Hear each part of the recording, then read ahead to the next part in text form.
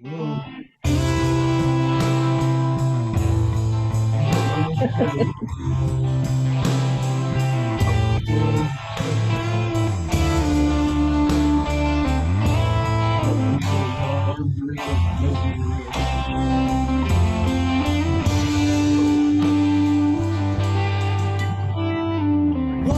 me stand, watch me face the wind. Watch me accomplish what I began. Watch me keep trying even when I'm scared. Watch me be whatever I dare. I've been living ever since I was born. I wasn't born yesterday. Sometimes life leaves me weary and torn, but I'm not gonna run away. I'm not your puppet held up by strings. Take a step back, you're crowding my wings. Watch me stand, watch me face the wind. Watch me accomplish what I began. Watch me keep trying even when I'm scared. Watch me be whatever I dare. I know I need people, but not as a crutch to build my self-esteem. Sometimes I find myself limping too much when you step on my dreams. I prefer not to be pushed around, and I refuse to push anyone down. Watch me stand, watch me face the wind. Watch me accomplish what I began. Watch me keep trying even when I'm scared. Watch me be whatever I dare.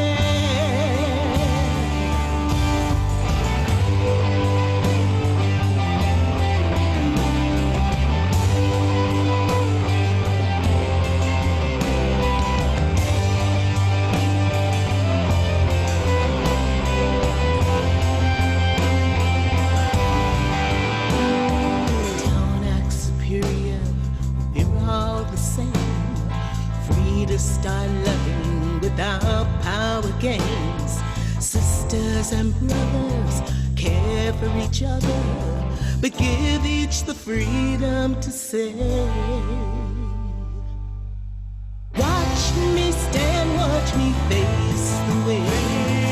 Watch me accomplish what I began.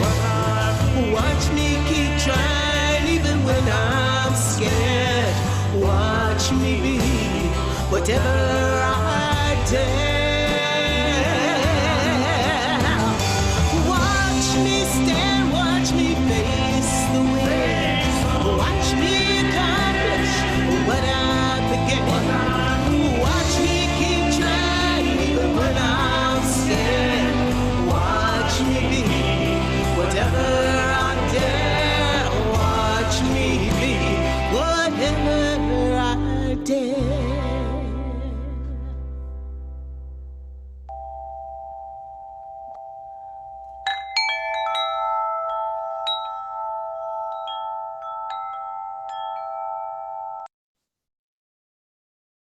Welcome to the Unitarian Universalist Church of Utica. I'm Carol Gable, a member of the board. Whether you are visiting for the first time or have been a member for many years, you are welcome here. Whatever faith you have known, if any, you are welcome here. Whoever you are and whomever you love, you are welcome here. We are invited to bring our whole selves to this worship service, our doubts as well as our convictions, the pain and joy we have known, our longing for connection and understanding. Every part of you is welcome here.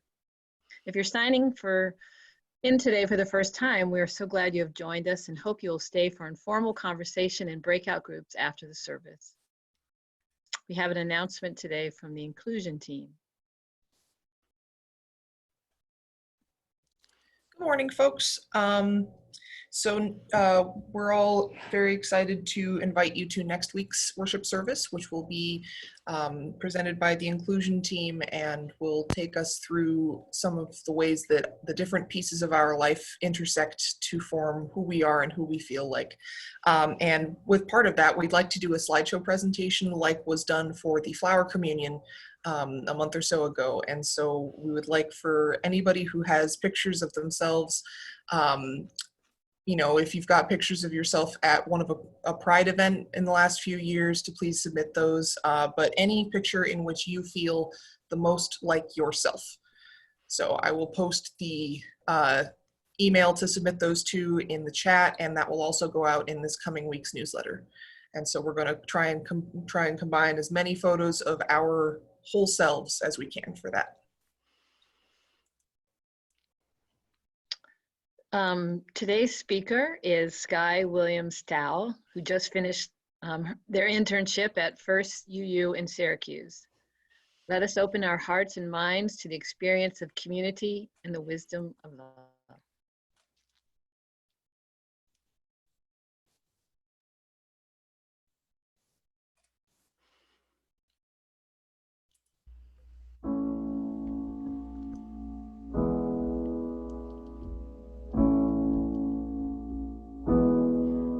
My fair North Star, I have held to you dearly. I had asked you to steer me till one cloud scattered night. I got lost in my travels. I met Leo the lion, met a king and met a giant. Their errant light. There's the wind and the rain and the mercy of the fallen who say they have no claim to know what's right. There's the weak and the strong and the bed that have no answer, and that's where I may rest my head tonight. I saw the bright people in imposing flocks. They landed and they got what they demanded, and they scratched at the ground, then they flew, and the field grew as sweetly for the flightless who had longing, yet despite this they could hear every sound. There's the wind and the rain and the mercy of the fallen who say they have no claim to know what's right.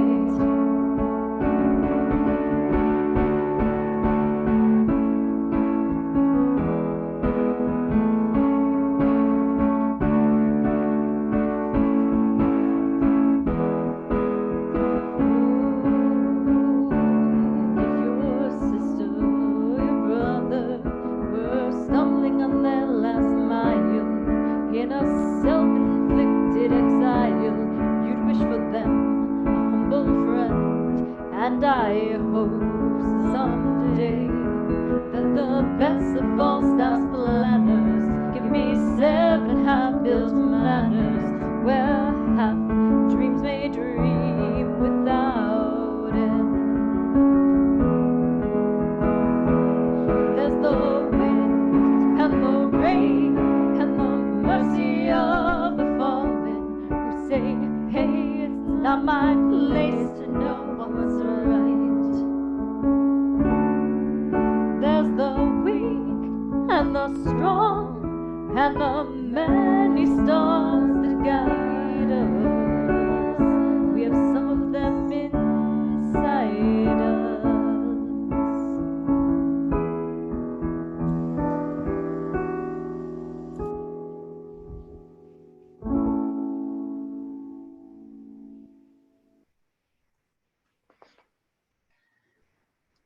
Now, as our call to worship,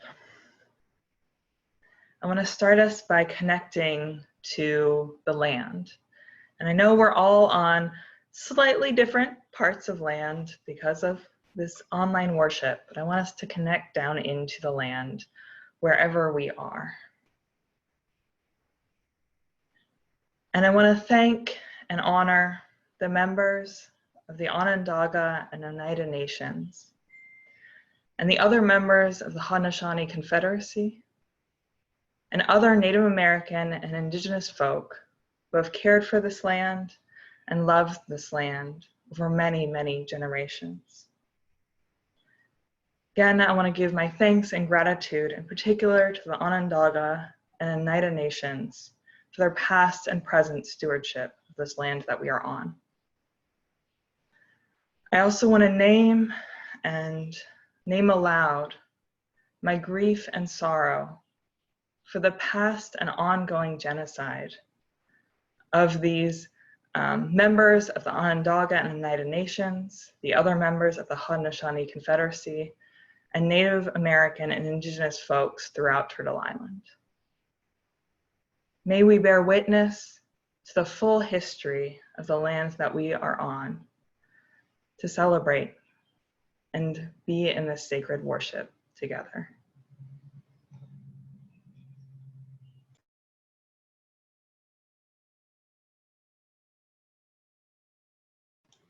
And now, will you please sing with me hymn number 1014, Answering the Call of Love.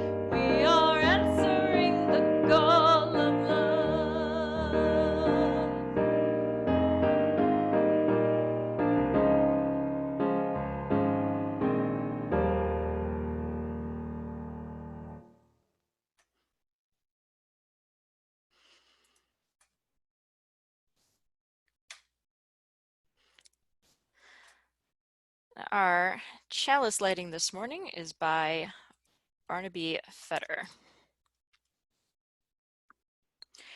We kindle a flame we trust will lead us forward as we travel in unknown lands, where the question, shall I ever get there, resounds. A clear, pure note in every silence. All right, and I am got a together time for any of our young ones or folks who just like things explained with more pictures, which is me, so that's totally fine. So as you can see here, I start out with a picture of some funny looking glasses, although I think the majority of people who are watching probably recognize these things. Are there people who do? Wave if you recognize these glasses. They are the kind you would use to watch a 3D movie, at least back in the day when we used to have 3D in multiple colors, and it used to set you up pretty funny. I tried to see if I had any floating around this house, and there probably are still some somewhere in my office, but my office is a disaster. So they came from a 3D movie where if you put them on, you got to see something totally different. You get to see a three-dimensional instead of a flat picture on the screen. Nowadays, we do this with even fancier glasses and things like that, but it still was pretty cool. But the reason I bring up the multicolored 3D glasses, because I want to talk about how people experience things in different ways, just like if you're wearing different kinds of glasses, or in this case, ones there you see things through slightly different colors. Now, of course, there are plenty of people who use other senses than their eyes to see the world around them, but this is my metaphor for the day. So what happens if instead of these 3D glasses where I see red on one side and blue on the other, I only had red glasses? What would things look like through red glasses? What do you think the world would look like through red? It might look something like this. Everything has tinges of red to it. That could be a sunset up at the top, or it could be daytime. I wouldn't know because everything's red. The little Lego guys at the bottom kind of look a little bit funky in red. And I had to include a pug because pugs. And that might be what things look like if you're wearing all red. But what if you only had blue? What if you only had the other half? Then you might only see things that look blue. So now all these pictures look really different. The thing that could have been a sunset might now be closer to something like a later sunrise, or more the middle of the day. I can see different features of the Lego creatures. Pugs still give me the same look, but he does look a little bit different. And sometimes you see completely different things depending on what different color you might be looking through. So, for instance, in this image, if you look at it through only red, you see an image of a woman. But if you look at it through only blue, you see a completely different version of that woman. And you need both colors together to see the complete image. So the idea of looking through colored glasses is a little bit like culture, the ways we understand things in the world around us. And we learn how to get along in life and make sense of the world through our culture. So we know things like how we dress, what we eat, our ideas about how things look come through our culture, which is a lot like our set of glasses. What we're looking through is what we see. And there are a lot of times when we look around and we forget that we're looking through glasses of our world and our culture with a certain tinge to them. We think this is just the way life always is. We learn our culture from lots of places. We learn it from home. We learn it from the world around us, the movies and the television we see from our friends. And we have a culture of our own in church. And if you go to a different church, they sometimes see things through different glasses in a different way. And the thing about it is that as you keep watching, it becomes normal to you, and it can be hard to see different people's points of view. So has that ever happened? You look at something and you see it totally differently from someone else? I know it happens to us a lot. In fact, the entire internet at one point in time looked at this dress and couldn't decide what color it is. All right, so show of head nods. How many people think this dress is some kind of white and gold color? How many people think this dress is some kind of bluish color? Yeah, see, and you're going to see this all over, is that we both are looking at the same thing, but because of the way things are perceived, you see it a little bit differently. And people argued over this because they saw it differently, which I always find funny. But you can try to see things the way other people do. So for instance, if I take the same picture and I lighten it more or I darken it more, I can make it so you can see a little bit more of what someone else sees. You might be able to see a little bit more of white and gold in the lighter one, or a little bit more of blue in the darker one. And you can do that. You can try to see things through other people's lenses, but it's really hard to take off the glasses of culture. That's what's been built into us, and it can be hard to move them. Sometimes you can put them together with something, so you can try on somebody else's glasses. I can take the blue and the red images of the house, and I can mix them together, and I can get a slightly different color scheme with a little bit more to it. But it's hard to do, and it still doesn't always look quite like the image we started with. So that's important to remember, that you're always wearing a pair of glasses when you look at stuff, and depending on your tinge, it might come out a different way, and that's like our culture. And we can try on different ones. We can keep learning from each other. We can keep adding each other's viewpoints. And we can try to see more and more of the world around us and try to become more understanding of what other people see through their different glasses and lenses and colors. So it's always something to think about when you're looking at the world, is how you're seeing it and how someone else is. So thanks for your time on my Together Time, Story, and Colors. So as a reminder, we can't take an actual basket-based offering, but your donations are always welcome in any manner in which you can get them to us. If you're saving up, don't forget to occasionally write a check to the church or donate online. Our offering words by Heather Christensen. Unitarian Universalism is a grand vision of a world filled with peace and justice, love and joy. That vision is embodied in a few large congregations, numerous mid-sized congregations, and many, many small congregations. And no matter its size, every congregation depends on each of its members. Each one of you, by your commitment of time, energy, and resources, helps make that grand vision real.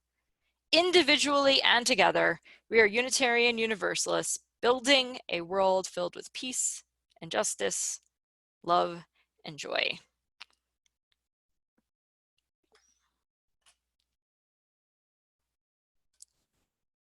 I'll swing this back over to Sky.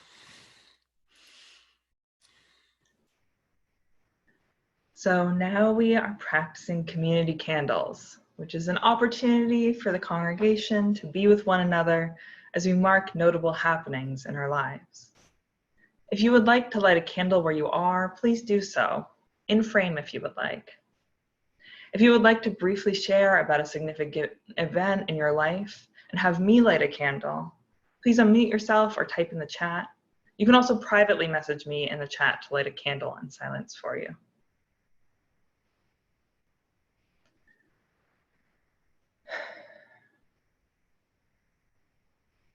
For all these joys and sorrows,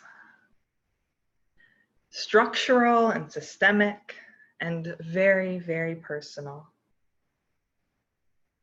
For all that we hold in many different ways. For all these pieces of our lives that we have shared today, and for all the ones that remain in the silences of our hearts.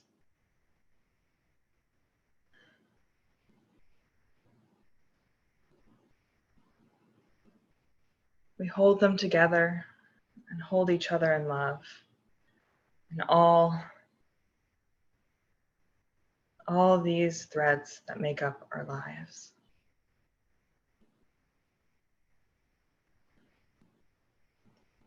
Blessed be, and amen.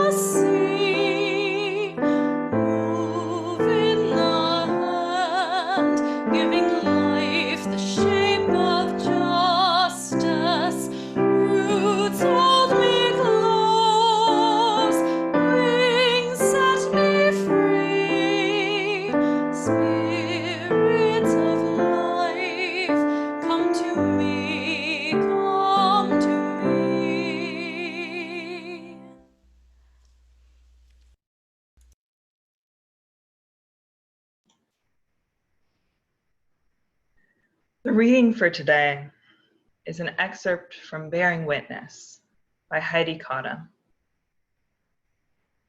Here's a quiz about time travel posed by a friend of mine. Suppose you had a time machine, but it only went back in time to specific events. If you used the time machine, you could only be a witness. You could not influence events in any way, and no one would be aware of your presence. Would you use it? Would you use the time machine if it would return you to a Cape Cod whale hunt, where you would observe but could not interrupt the harpooning and slow death of a whale? Could you tolerate that? Would you watch Hannibal's crossing of the Alps in the Second Punic War, which resulted in the torturous death of war elephants, or Julius Caesar's death by betrayal? It's an interesting proposition. Bearing witness to significant but uncomfortable moments in world history. Changing nothing, but seeing the truth of it play out. Given the opportunity, do you think you would take advantage of this imaginary time machine? Bearing witness is an act of compassion, of empathy, of solidarity, and of justice. Bearing witness is holy. Humanity at its most powerful and transformative when we experience the truth of one another. Some of you may be thinking to yourselves that you don't need to see pain up close and personal to feel empathetic or to understand injustice. None of us here needs to observe from the edges of a slave auction to know how terrifying and depraved those auctions were. We don't need to spend a day at any of the 40,000 extermination and concentration camps from World War II to know what happened in them is unspeakably horrific. Except it isn't just about knowing that these things were wrong. It's about understanding in our bones what it means that the history of genocide is now built into every Jewish family's DNA, and slavery into every African American's. It's about facing our sins against humanity. It's knowing the crimes of which we are capable. Every day, news headlines are filled with evidence that we as a country have failed to fulfill the ideals of liberty and justice for all. We are a nation founded on the genocide of indigenous people and the enslavement of men, women, and children of Africa. For many, the 4th of July is a celebration in, at best, irony, and at worst, of willful ignorance. In the two extreme examples I've mentioned already, American slavery and the Holocaust, there have been two vastly different outcomes. After the Second World War, Germany as a country faced what it had done. They looked at it squarely, without excuses or failed reasoning, and began to rebuild their country on the foundational premise that they could never let it happen again. In fact, this is where the simple phrase, "never forget," came from. It began as an admonishment to themselves to keep from returning to the path of their vilest acts. Germany bore witness. America has not yet faced our history of slavery, nor the malicious colonization and oppression of the indigenous peoples. We did not come out of that time and acknowledge what we had done. Instead, we made excuses or tried to compromise with racism in other ways. Some looked away in apathy, others have looked away in discomfort. We cannot yet make it right because we do not yet bear witness to our truth. Every week, Black Americans are murdered because we haven't been able to reconcile our past and build from it. Children are being held in cages and camps because we have not yet bore witness to our own concentration camps of World War II. We still want to call them internment camps and justify that they weren't the death camps of Auschwitz or Dachau. On the 4th of July, most Americans will light up the sky in celebration of a land proclaiming to be free. We'll hear talk of liberty and justice for all and our unalienable rights to life, liberty, and the pursuit of happiness. It is easy to look away right now. This is hard and uncomfortable and terrifying. Bearing witness to what is happening around us right now is hard. It is also easy to feel hopeless. We are on a path bloodied with our past violence and are walking toward war and genocide. I implore you today, do not turn away and do not lose hope. Face what we are doing and what we have done. Find hope that there are more and more voices rising against our sins. And if you cannot find hope, then become it. Ready your lives to be the sanctuary for others.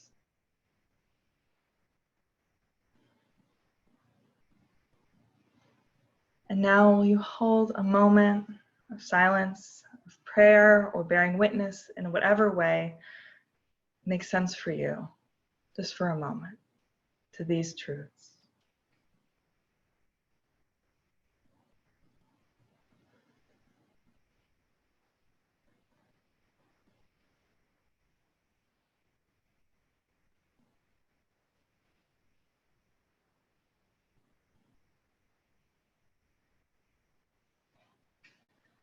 So my sermon today is focusing on the Commission on Institutional Change, the recent report that they released. And I have a couple of links I'll put in at the end of my sermon into the chat box. The first link would be to an online version of the report. All of it is online. And then there's a couple more links to other ways to engage the Commission on Institutional Change's work. And so I want to give you a little bit of context about the Commission on Institutional Change first. I'm not going to go extensively into that context because that's actually in the report, and I'm hoping that you will read it there. But for this sermon and for today, I'll tell you that the Commission on Institutional Change is a committee appointed by the Unitarian Universalist Association, so the National UU's board. And this committee or commission has been looking at institutional racism and white supremacy within Unitarian Universalism for the past 3 years. As part of their process, they asked for and gathered a number of stories from Black Unitarian Universalists, Indigenous Unitarian Universalists, and other Unitarian Universalists of color, as well as other Unitarian Universalists, as well as other folks. So one of the fundamental parts of this Commission on Institutional Change's report is that it is an act of bearing witness. So I'll read again what Mix Heidi Cottom said about bearing witness in the reading today. Bearing witness is an act of compassion, of empathy, of solidarity, and of justice. Bearing witness is holy. Humanity is at its most powerful and transformative when we experience the truth of one another.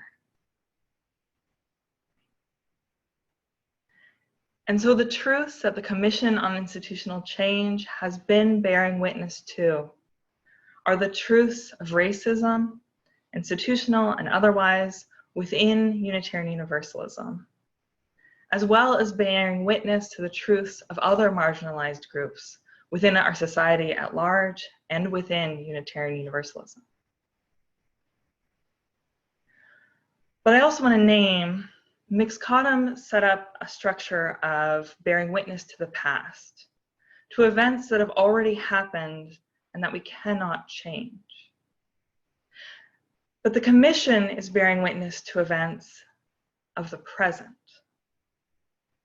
Events that we create together through our actions and through our lives, bearing witnesses to the seeds that we are planting today that help grow into what is to come.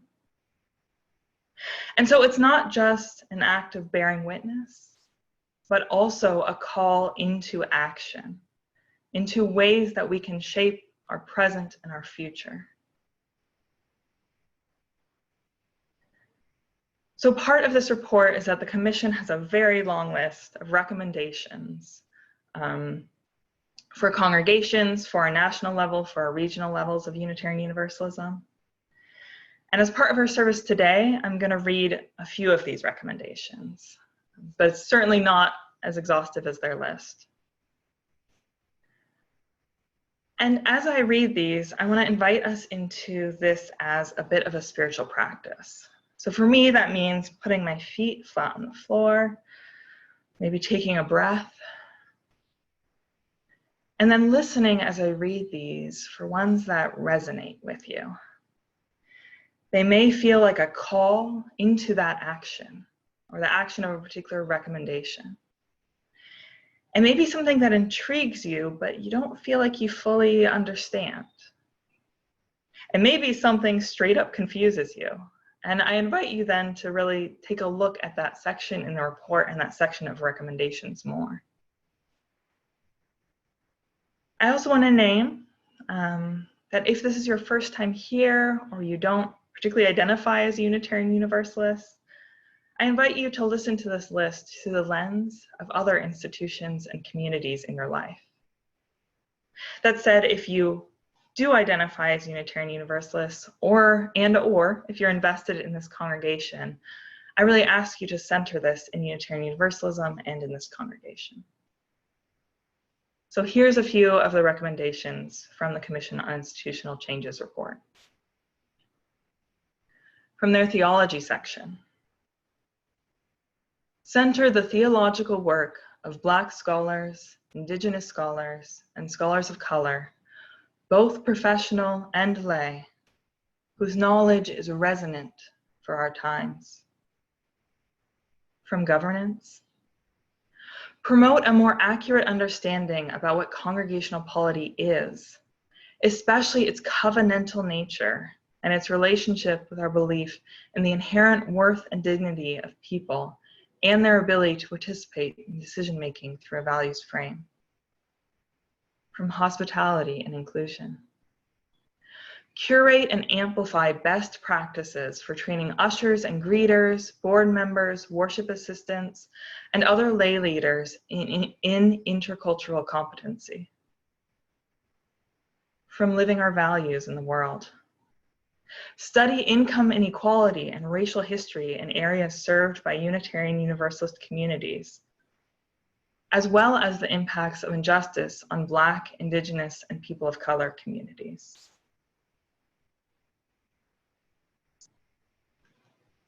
From educating for liberation, offer resources to address the healing of religious wounds, which many Unitarian Universalists bring in from past religious experience, and which sometimes restrict the deepening of our shared Unitarian Universalist faith. From restoration and reparations, provide funds to Black people, Indigenous people, and people of color for travel to and registration for General Assembly, regional assemblies, and other key gatherings, such as youth and young adult programs, as well as to members of other groups that face marginalization, and frame this as an act of congregational reparations. From accountability and resources, and this is 2 recommendations. Request that all Unitarian Universalist related organizations examine their commitment to equity, inclusion, and diversity work, and include such a commitment in their bylaws. Using the example of congregations who have already adopted such statements, develop a sample statement for inclusion in congregational bylaws.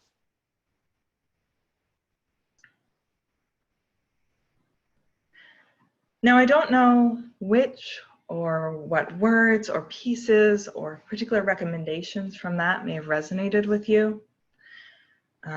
Again, in various ways, and calling you into them, in intrigue, in confusion, and whatever reaction may pull you deeper. And I want to name, if your answer was none of them, if your answer was none of that, or if you may have started tuning me out a little bit in that list. To be fair, I have definitely tuned out worship leaders before when they've read a long list of things. So really for all of us, I want to be real for a moment about the stakes and context of this conversation. So here's a quote from the methodology section of the Commission on Institutional Changes report. When we issued our invitation in the fall of 2017 for testimonies from those who had been injured by a culture privileging white people within Unitarian Universalism, we quickly learned that people were reluctant to share their stories. One reason was that religious professionals feared losing their jobs or their abilities to perform their jobs, as did those who identified as white allies. Another reason was that people of color, whether professional or lay, felt that they had told their stories again and again, reliving pain and traumatic experience to no end. Over and over, we have heard from people who said that they were no longer willing to describe the pain they experienced because after the initial shock and reaction took place, little changed. Some describe this as a form of trauma porn, in which those in the majority culture got a voyeuristic look into the lives of Black people, Indigenous people, and people of color, experienced deep emotions, and failed to act in any systemic way. The fact that anonymity was required for people to feel comfortable sharing speaks to the extent of the racial divide and power imbalances. While we are using a limited number of direct quotes in this report to illustrate important points, we found a consistency of experiences. The vast majority of people of color and others from identities marginalized within Unitarian Universalism had experienced discriminatory and oppressive incidents or cultures within Unitarian Universalist circles. So I'm taking a breath there, and you may want to as well. Now I'm going to read another quote. This is from the Hospitality and Inclusion section of the report. Our work concludes that Unitarian Universalists continue to repel many of the people who would otherwise provide the resources to fuel our continued growth. Though our predominantly white congregations and organizations may see themselves as welcoming, without particular practices, they continue to mirror the kinds of harms done to people of color and other marginalized groups in our larger society. On this note, we stress that when we are inhospitable to one group, for example, Black people, Indigenous people, and people of color, others who experience marginalization notice, and our sacred spaces become unwelcoming for them as well.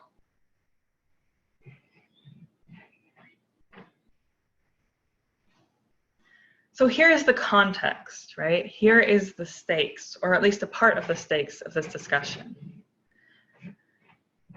It's this incredible, incredible sea of pain that our Black Unitarian Universalist siblings, our Indigenous Unitarian Universalist siblings, our other people of color siblings, and folks from other marginalized identified siblings experience within our communities, within our institutions.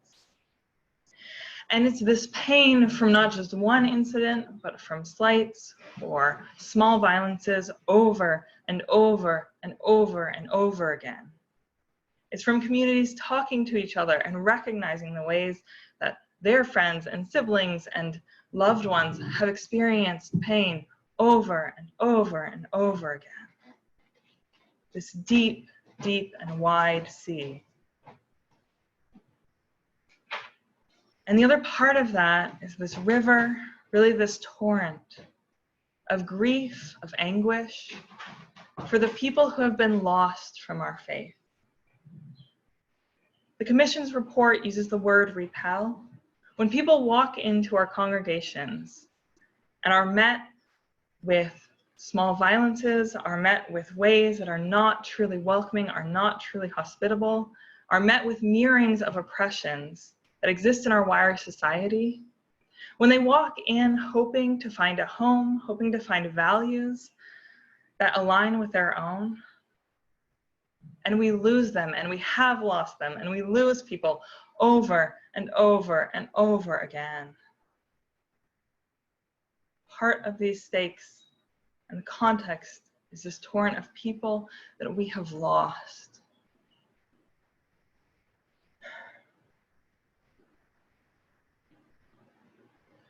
And here is another piece of it. Reverend Natalie Maxwell Fenimore, who was a member of the Commission on Institutional Change, in her writing in the book Centering Navigating Race, Authenticity, and Power in Ministry, writes, Shirley Chisholm was asked why she, a Black woman, was running for president. You don't have a chance. Why are you doing that? And she said, because I am in love with the America that does not yet exist. And that's how Unitarian Universalism is also.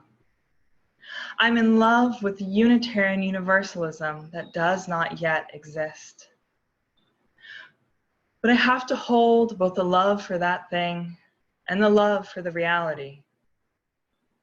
It does not yet exist. It will probably not exist in my lifetime. I don't think it will in that of my children, but I can't deny my love for it. You know, wanting to be there in that struggle, that's why I'm fighting.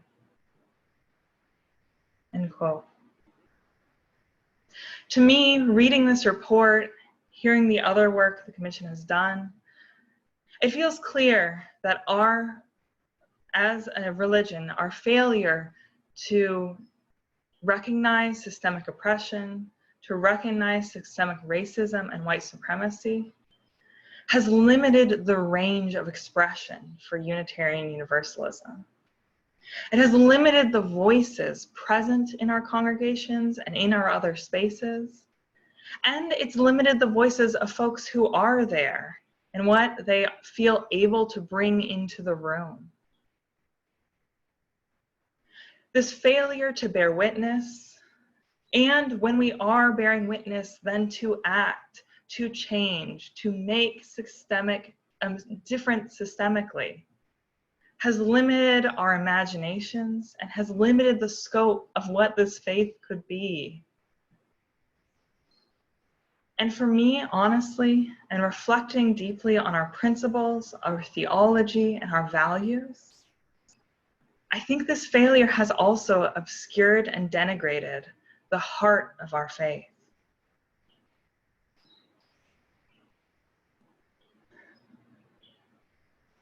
But I don't mean to leave you in this failure, because I actually think Reverend Fenimore's quote pulls us into something joyous, into what is possible.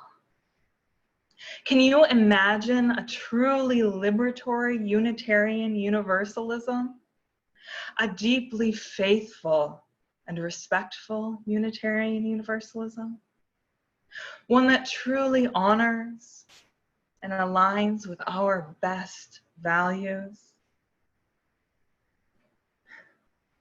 You see, I am in love with a Unitarian Universalism that does not yet exist. And I hold my love for our reality right now, and I hold my love for what we could be. And I know that this possible Unitarian Universalism is part of what is at stake in this conversation and all of the conversations that we have right now. So I hope that you engage with this report from the Commission on Institutional Change. And I hope that you hold it, as I do, as a sacred text of our faith, a holy text that bears witness to our hidden truths and that calls us deeper into this faith, deeper into Unitarian Universalism.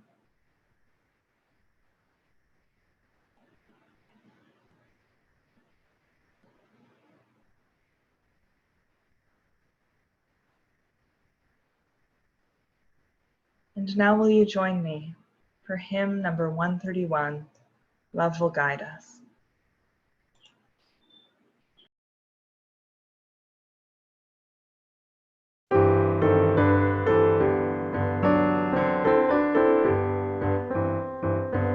Love will guide us, peace has dried us, hope inside us will lead the way on the road from greed to giving.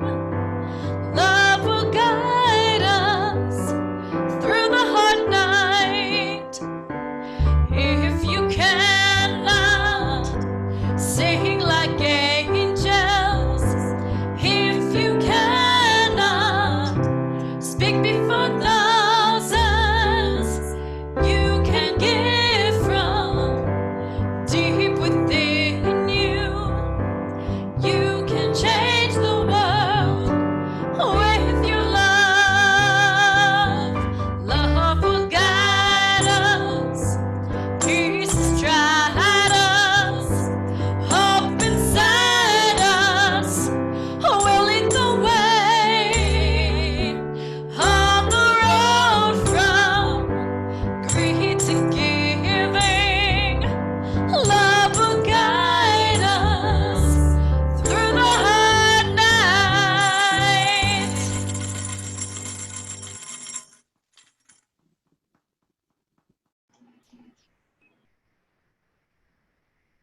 Now will you join me in our chalice extinguishing? We extinguish this flame, but not the light of truth, the warmth of community, or the fire of commitment.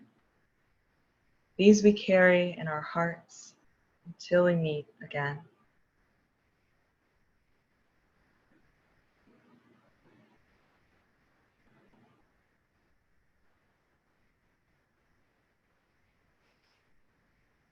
And will you bear with me as I try and find our benediction? So the benediction is a paragraph from the final thoughts section from this Commission on Institutional Change report. In spite of the promise of our movement,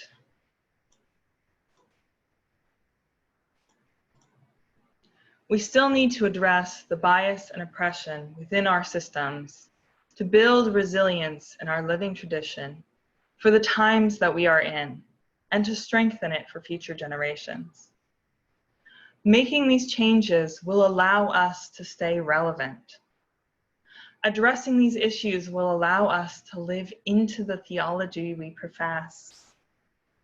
Furthermore, if we are committed to this work as central to our faith, we will create the conditions in which all who are attracted to the theological premises of our faith can thrive.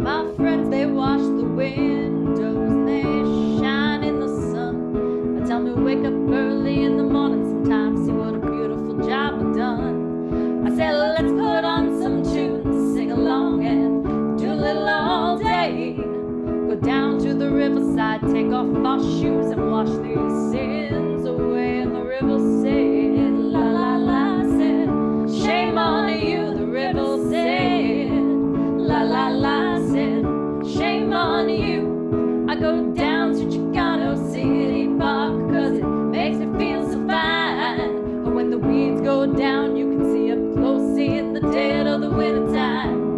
But when the summer comes, everything's in blue, man. Wouldn't know it's there. The white folks like to pretend it's not, but their music's in the air. You can hear them singing, la la la, said, shame on you. You can feel them dancing, la la la, said, shame on you. My friend Tana, she says, you know, me and Jesus, we're of the same heart. The only thing that keeps us distant is that I keep messing up. I said, come on down to Chicano City Park and wash the blues away. The beautiful ladies walk right by, I know I'll never know what to say. And they'll be singing, la la la, said, shame on you. They'll be dancing, la la la, said, shame on you.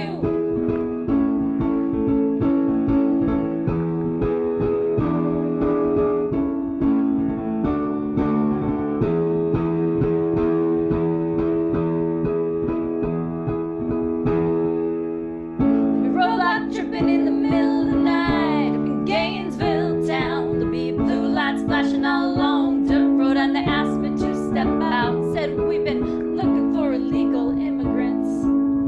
Can we check your car? Said, you know, it's funny.